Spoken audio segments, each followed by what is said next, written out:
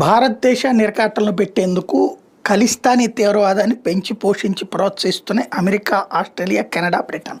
సరే ఈ మధ్యన మిగతా వాళ్ళు సెటరేట్ అయినా కెనడా మాత్రం ఇంకా సహకరిస్తూ వచ్చింది. బట్ ప్రభుత్వం మారాక కొంతమేర కంట్రోల్ చేసింది. అయితే ఇప్పుడు ఏకంగా ద రిపబ్లిక్ ఆఫ్ ఖలిస్తాన్ అన్న బోర్డు కెనడాలో ప్రత్యక్షం కావడం ఇది సంచలనాత్మకమైంది. అంటే ఏంటి, ఇప్పుడు కెనడా దేశాన్ని తీసేసి అది ఖలిస్తాన్ దేశం కింద వాళ్ళు ప్రకటించేసుకున్నాడు. అంటే చేసుకున్న పాపం చెప్పుకుంటే పోతుందంటారు. ఇప్పుడు కెనడా చెప్పుకోవాల్సి వస్తుందన్నమాట వాళ్ళ పాపం. ఈ ఖలిస్తానీని ప్రోత్సహించినందుకు రిపబ్లిక్ ఆఫ్ కెనడా కాస్త రిపబ్లిక్ ఆఫ్ ఖలిస్తాన్ అయింది. అంటే కెనడా అస్తిత్వాన్ని కోల్పోయి ఖలిస్తానీ దేశం అయిపోయింది.